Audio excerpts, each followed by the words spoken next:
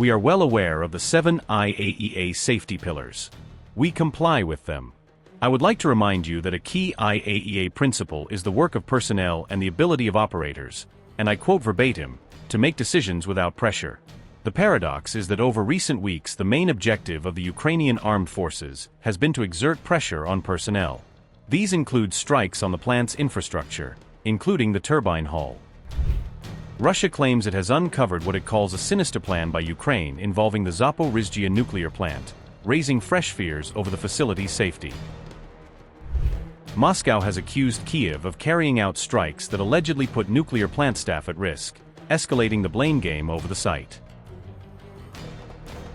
The Rosatom chief has made a major claim about a potential nuclear safety threat, warning that the situation around Zaporizhzhia remains dangerous. But who is responsible for the crisis at Zaporizhzhia?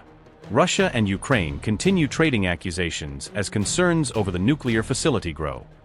If we look at the past 24 hours, among the positive news, we can note that the 34th rotation at the Zaporizhzhia Nuclear Power Plant took place. The 35th team of IAEA experts arrived at the plant yesterday, while around midnight the previous team left the site, crossed the Crimean Bridge, and is now making its way back home.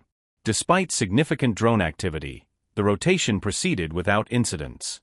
The new IAEA representatives are now settling in, getting acquainted with the situation, and building informational links with Vienna and the agency's central headquarters. This is very important for us, as on July 10 further interagency consultations are scheduled, involving the Ministry of Defense, the Ministry of Foreign Affairs, the National Guard, the state corporation Rosatom, and Rostekhnadzor. We are actively preparing for these consultations.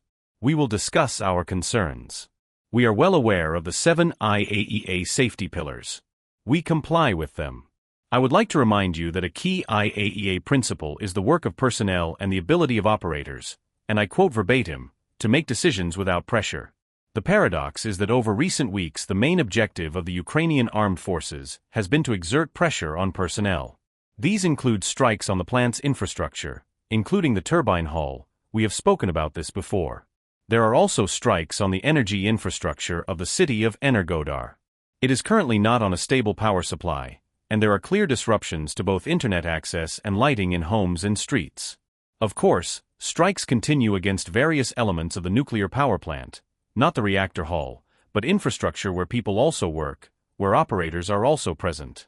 In the past 24 hours, there was a strike on the design and engineering unit and the destruction of private vehicles, among other things.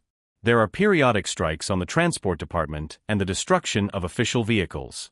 A decision has been made, in order to reduce personnel movement in open areas through a more flexible staffing regime and shift-based work.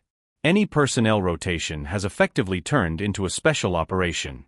We are doing everything to protect and preserve people. But the objective is clear, to exhaust the workforce, lead them into making mistakes, and then blame everyone, both the plant staff and us, for possible negative consequences. We support our workers. We support all residents of Energodar. We welcome these negotiations. We welcome the emphasis on the role of the IAEA in addressing the Iranian nuclear issue and nuclear program.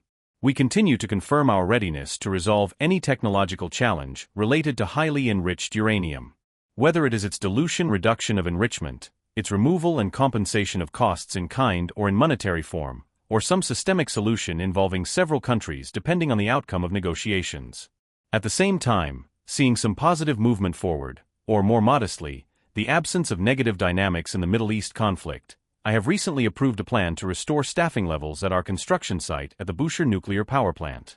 As is known, only about 20 Russian specialists remain there. If the situation does not worsen, in the coming weeks we will begin restoring our personnel at the direct site in Bushehr.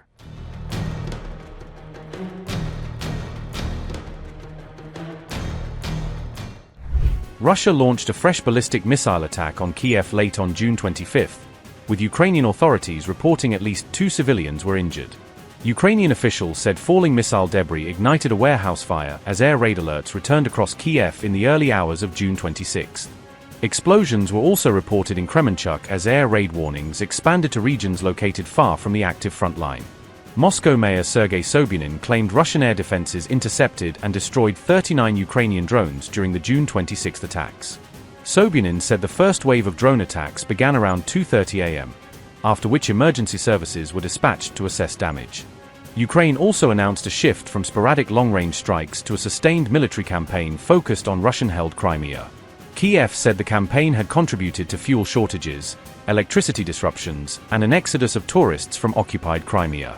Meanwhile, Ukraine said its troops had raised the national flag over the Russian-held Kinburn Spit during a special operation.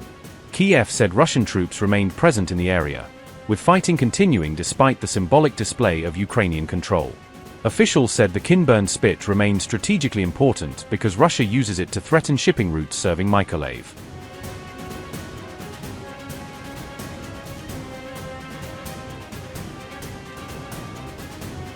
Russia's Lukoil-operated Norsy refinery in Kstovo halted operations after a June 24 Ukrainian drone strike, according to Reuters. Russia's fourth-largest refinery and second-largest gasoline producer plays a critical role in maintaining the country's domestic fuel supplies. The attack reportedly damaged the CDU-5 processing unit, which is capable of refining around 12,000 tons of crude oil per day. The outage came as the Moscow refinery remained offline after earlier drone strikes, further deepening Russia's growing fuel supply problems. The Kremlin has already imposed fuel export restrictions as several Russian regions reported shortages and limits on fuel sales.